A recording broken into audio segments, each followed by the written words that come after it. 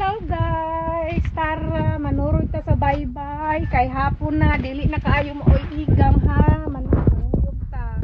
Open sesame, di man maablihan unsaon man ni ara hunas pa man guys, way lami iligo hunas oy. Ang ganda ng sikat ng araw doon sa may malayo kalami kay sa adlaw dito guys. Hunas kaayo tan-awa kita ang mga lumot na nagpungko sa kilid. Hangin kaayo pero hagot ang kanang imong panit kay naa ka sa kilid sa dagat, mao gyud na. Tuay Island dito dapit mao na siguro lang giingon nila nga kanang unsa ray nga ana diha nga resort, Sun City ba to? Kalimot man siya guys.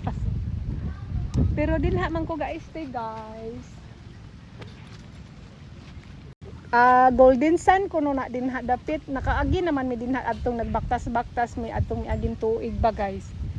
Wa pud mi dinha kay mahal man kuno na dinha oy. Yung bata nanguha siguro ni silang shell no? Nanginhas. Nanginhas ang mga bata guys kabibo nila oy.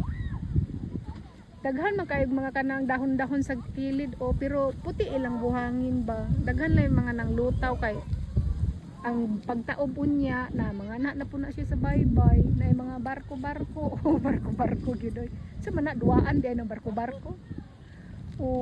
Hubas man oy hunas. Sige lang kay ang importante masimhutan ang baho sa dagat. Mga resort diri kaway-kaway at tibian. Ingon na po kawa kanako makit-is akong dagway. Di anak ko. Di ang among prinsesa diri Ready na siya mulangoy. Atiman na. Sagbot guys kay nagkanang hunob ay kanang hunas ba Tanawang mga sagbot mura ra kag na asyuta. Unya na magkuan na taob di na ginani mo makitahan kalayo sa ilang kahunasan purya buyag. Ang mga bata namunit man kuno ni silang kinahason oy. Hala, di ko maligo kay tanawa arang kamabaw unya na simbakog mga tulpod ta oy.